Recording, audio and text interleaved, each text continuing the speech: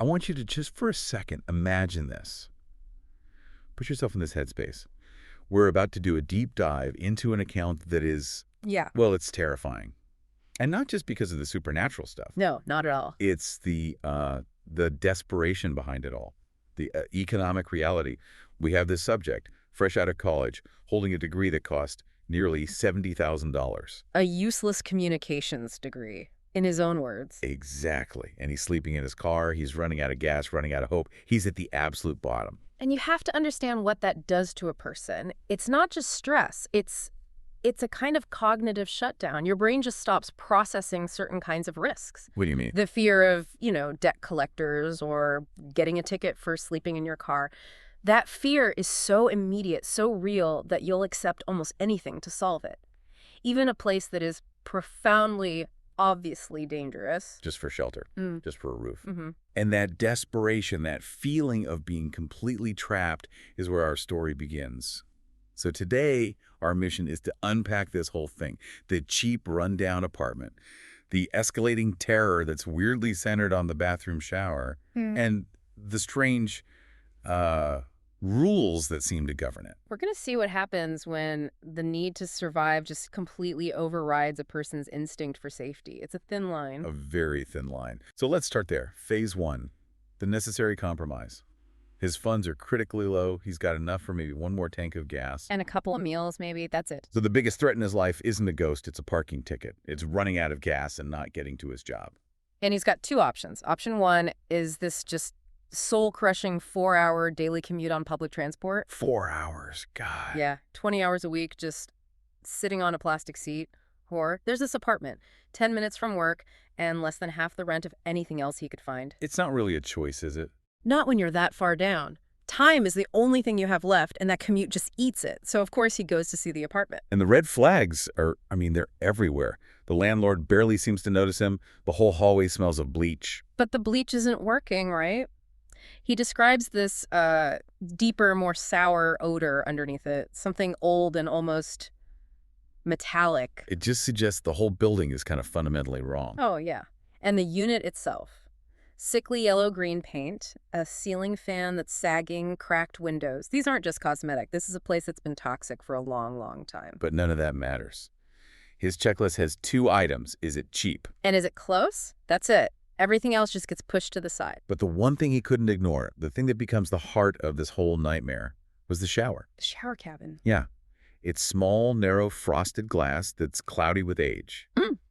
But what catches his eye immediately is this flaw. A jagged, star-shaped crack down low near the drain. And it's been sloppily sealed with this thick blob of silicone caulk, a patch job that basically screams, danger. It's such a perfect metaphor for the whole situation, isn't it? It really is. The entire living arrangement is compromised, just barely held together with a cheap, temporary fix. Yeah. And he sees it, he registers the danger, and he takes it anyway. Because he has to. He says it himself. Pride was for people who had choices. He signed the lease that afternoon. And that's when the real price of the apartment starts to become clear. Okay, so phase 2. The first encounter.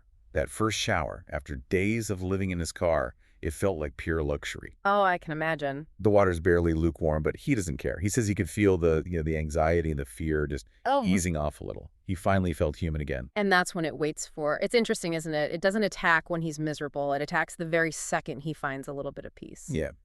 The trigger is so simple. He closes his eyes to wash the shampoo out of his hair. And the sound of the water is just gone. Replaced. First by this faint noise, like something wet being dragged. But then it gets sharp, heavy, frantic shuffling. And it sounds like it's right there, in the walls, or right above him. Followed by this ragged screaming, faint but just full of panic. And here's the key, the defining rule of this whole thing. The moment his eyes snap open, it stops. Instantly. Silence. It's fascinating what his first reaction is. He doesn't scream. No, he laughs. A nervous laugh. He immediately tries to explain it away. It's stress, it's sleep deprivation. Right. Or he remembers reading something on a horror subreddit about how you can hear weird things in the shower with your eyes closed. It's the mind just scrambling to apply logic to something that has no logic. It's classic cognitive dissonance. Your brain will fight tooth and nail to avoid accepting a supernatural truth. Because if you accept that, it means your home is hostile and you have absolutely no way to leave. It's easier to think you're going crazy. But you can't rationalize it forever. Which brings us to phase 3, the escalation, the second shower. It comes after a really, really bad day at work. So he's already feeling humiliated, beaten down. Yeah, he just wants to scrub the day off. And this time, the screaming starts almost immediately. It's louder, closer. And this time, it's not just sound. No. This time, there's a physical component. He hears a loud thud inside the cabin with him.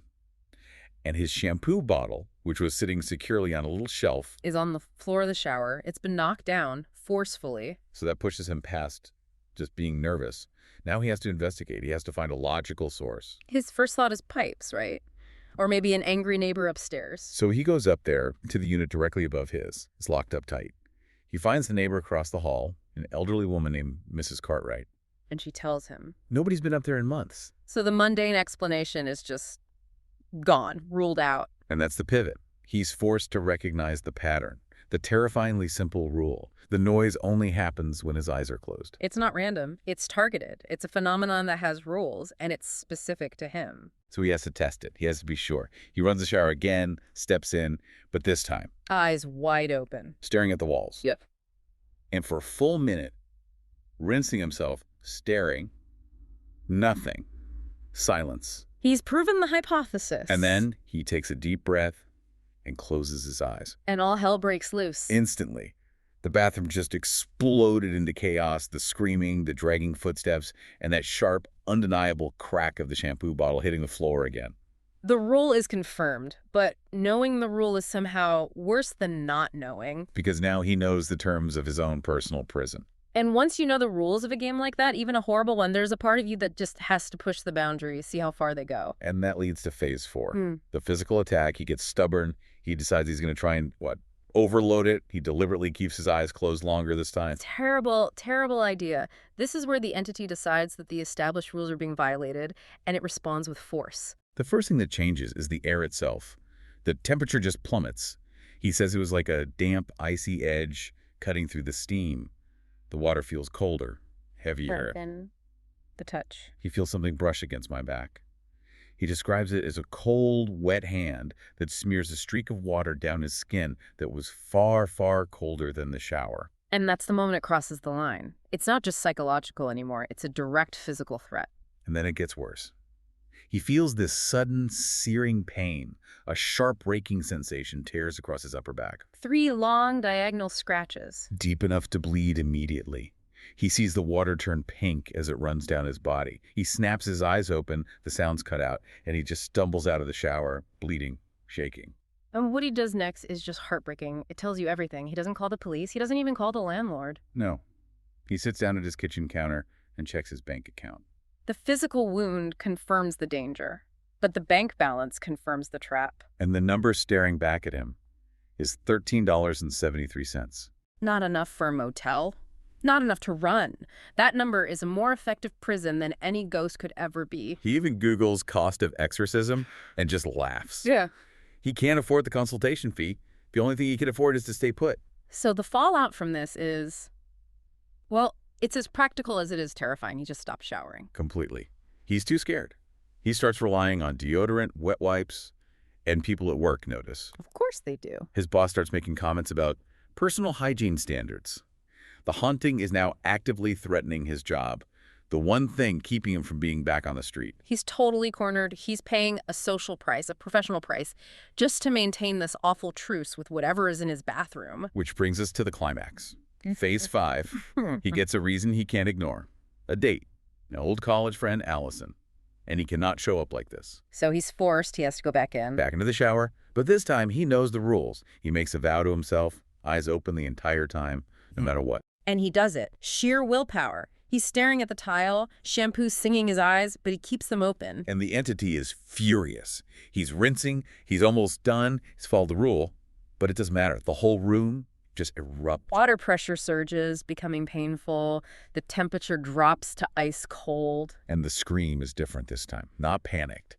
He says it was furious and almost sad. And the floor of the shower itself jumps and twists under his feet. The entity is breaking its own rule. Because he found a loophole, it just escalates the attack. And it unleashes this absolute horror from the drain. It gurgles, and then it starts vomiting upwards. It's not just water. Thick, matted clumps of black hair. Yeah. And small, jagged things mixed in. Tiny cracked teeth, some with dried blood on them. Yes. And these thick red bubbles start coming up, staining the water pink. It's the physical rot of the place being spewed at him. But it gets worse. It's not just trying to disgust him. No, it's trying to trap him. He sees these pale, bloated hands just flattened against the glass door from the outside, pushing in. The joints are bending at wrong angles. They're trying to hold the door shut, lock him in there with all that filth. It's a race. Drown in that icy, contaminated water or break his way out. He realizes the only way out is through the one weak spot he noticed on the very first day. The crack. The crack near the drain. He braces himself, lifts his knee, and just slams it into the cracked glass. Once. Twice. The third time, the whole door shatters. A tidal wave of that filthy water just floods the bathroom. It throws him against the sink cabinet, and he hits his head. But he's out. He escaped. The physical cost is enormous. He's injured, the apartment is damaged, but he's alive. And what he does next is, well, he calls it not a proud solution, but it's brilliant. He goes straight to Mrs. Cartwright, the elderly neighbor. And he makes her a deal. He offers to run her errands, do her grocery shopping, any heavy lifting she needs, in exchange for using her shower, maybe once or twice a week. And there it is. The truce. He's now paying rent on an apartment where he can't use the shower, and he's paying a second rent of manual labor to a neighbor just so he can be clean. This whole deep dive just lays it bare, doesn't it? The intersection of absolute financial collapse and this kind of targeted supernatural event. He didn't win. He didn't beat it. No, he just adapted. He reached a fragile transactional peace that lets him keep going. And what this really shows us about survival is, frankly, pretty bleak. His lack of money meant this thing wasn't an emergency to escape from. It was just another problem to be managed, like his commute or his budget. The trauma is immense. But the poverty is what makes it permanent. Poverty is what takes away your right to be safe, to even be clean. He's still paying for a place that tried to kill him. It actively tried to drown him in hair and teeth. So here's the final thought I want to leave you with. He decided not to tell the landlord about any of this. Not the haunting, not even the shattered door.